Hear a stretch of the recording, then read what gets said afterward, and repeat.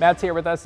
Indoor options sound good for Sunday, especially the heat of the day, right? Yeah, it's going to be a good day to plan something inside with AC or certainly in the shade. Just find a way to cool off. We've been through this before. We'll do it again, and we'll do it on Sunday and Monday. We're talking about the heat, of course.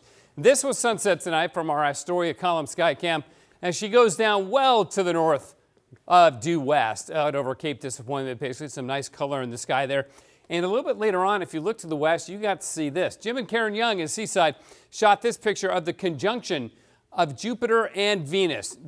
Venus here, Jupiter down there, big and bright in the western sky. They've been this way for several nights now, and you can still see them from our sky cam at Lincoln City, here and here. A little bit of fog trying to form there, but it's a nice night at the coast, 55 degrees, so keep an eye on that. Now, sunsets going forward, well, the latest of the year are upon us. A couple of days from now, we get our first 9 p.m. sunset. That's on Saturday.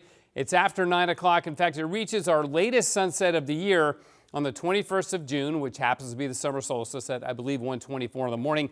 And it continues to 9:03 until the 1st of July. 9 o'clock sunsets continue until the 9th of July. And, of course, then they're starting to get earlier, but still, the long days of spring and summer are upon us. Portland ended up at 79 today. It was 78 in Vancouver and in McMinnville. Down the valley, 80 in Eugene, 89 in Medford. That was the hot spot in the state. We'll see 90s likely there tomorrow. There's already 80 in Brookings, and Brookings might see the 90s this weekend too. Now, our record high for Sunday, that's a foregone conclusion. It's 89 right now, which is actually the lowest record high of the entire month of June. We're going to make it up to 95, so that one's toast. On Monday, we will likely, very likely, break the record of 95 as we reach 98. But on Tuesday, record is also 95 like Monday, but the forecast is 88, which is great that we begin to cool down after those two very hot days. So high pressure is already building very strongly to our west. And as this moves over us, if you look at this, we call this right here where the jet stream is at its northernmost point. If you extend southward from that, like a plumb line, that's the axis of that hot air. That's where the air is the hottest. And as that moves over us, that's when we get our warmest weather. That combines with the offshore flow that we will see on Sunday and Monday, and that's why it's going to get hot. No influence of that cool coastal air coming our way until this area of high pressure breaks down, which begins to happen on Tuesday.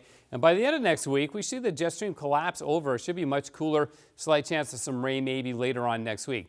All right, I'm going to spin around to the eastern Pacific in the tropics. See these dark colors? That's extremely warm sea surface temperatures there. El Nino is officially on.